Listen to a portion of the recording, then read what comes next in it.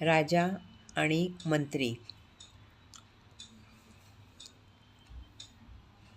खरा राजा तोच जो लोकांच्या डोळ्यातलं दुःख ओळखतो.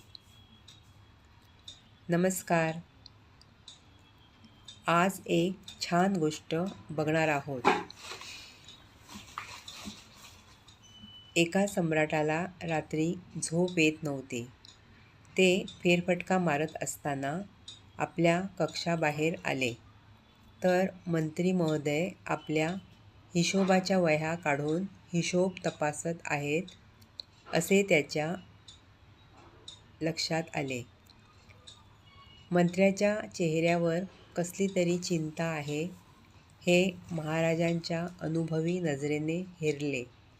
महाराजांनी त्यांना या चिंतेचे कारण विचारले.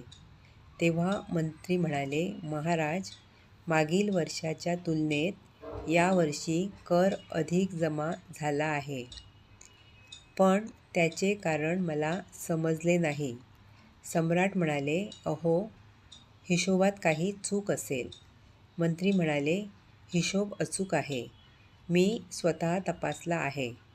सम्राट म्हणाले, रात्र जास्त झाली आहे. ही समस्या उद्या सकाळी सोडवा. परंतु मंत्री म्हणाला, उत्पन्न अशा प्रकारे वाढणे साम्राज्यासाठी चिंतेचे कारण आहे. कराची कमतरता सहन करणे शक्य आहे, पण अन्यायाची एक पै तिजोरीत जास्त आली तर तिच्यामुळे साम्राज्याला तळतळाट लागू शकतो. महाराज, कुणा गरिबाचा तळतळाटाचा पैसा चुकून जरी आपल्या तिजोरीत पडला तर तुम्हाला आणि मला, आपल्या दोघांना आवडणार नाही. यामुळे मी तो हिशोब तपासत आहे.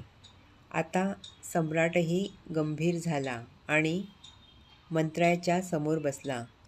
बराच वेळ विचार केल्यावर मंत्री म्हणाला, महाराज, उन्हाळा जास्त झाल्याने नदीची पाणी पातळी खालावली आहे. त्यामुळे काठावरच्या जमिनीला शेतकऱ्यांनी कुंपण घातले.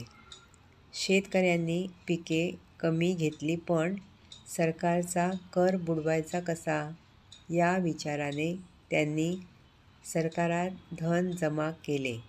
त्यामुळे जास्त धन गोळा झाले.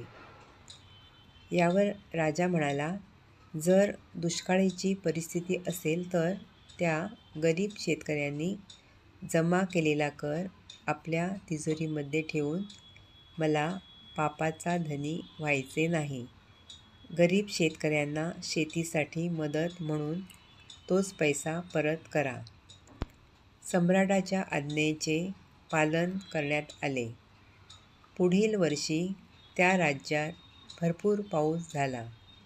जनतेचे आशीर्वाद फळाला आले.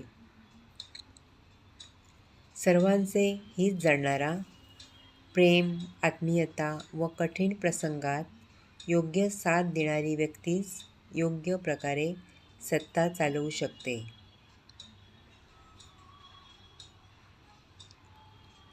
कशी वाटली तुम्हाला ही गोष्ट?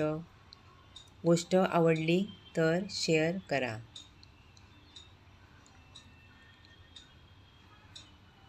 Like, share,